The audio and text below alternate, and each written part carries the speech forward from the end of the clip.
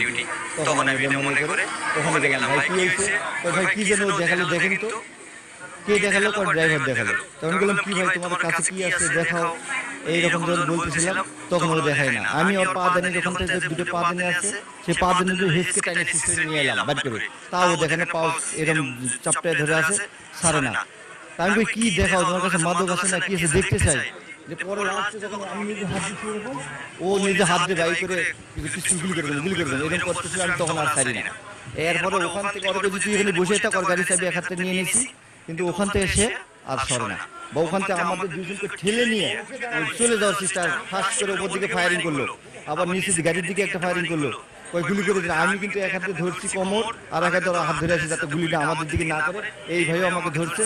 Public শুধু দেখতেছে আমাকে গুলি করা দেখে। আমি আবার ওখানে একজনের নাম ধরেই বললাম যে ভাই তুমি একটু সহযোগিতা করো না, তোমার পোলাপান সহ। সে কয় ভাই গুলি করতেছে দেখেন না, এইভাবে